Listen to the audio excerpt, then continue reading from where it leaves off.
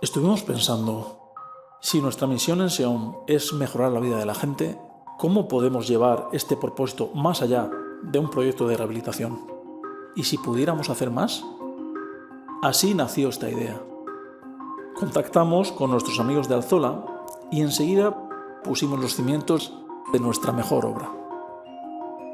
La idea consiste en dar una segunda vida a las mallas de protección blancas que retiramos de nuestras obras. Si son blancas, es para que durante la obra siga entrando luz en la casa y el vecino se sienta más cómodo, porque eso es lo más importante. Así que pensamos generar un impacto positivo en nuestra comunidad, en nuestro mundo más cercano. Recogimos las mallas, las clasificamos y las transformamos en un material valioso: tapones reciclados para botellas de agua. ¡Una locura! Lo que sí es una locura es que aún haya personas que no dispongan de agua para los biberones de sus hijos, para cocinar o simplemente para beber. Así que no pensamos en la logística que supondría, sino en la lógica humana de mejorar, aunque sea un poco, la vida de alguien.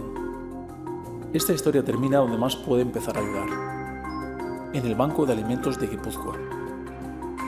En Seom somos rehabilitadores. Nuestra mirada está siempre en el futuro. Esperamos que con esta pequeña acción hayamos podido cambiar un poquito a mejor el futuro de alguna persona. Esa será, sin duda, nuestra mejor obra.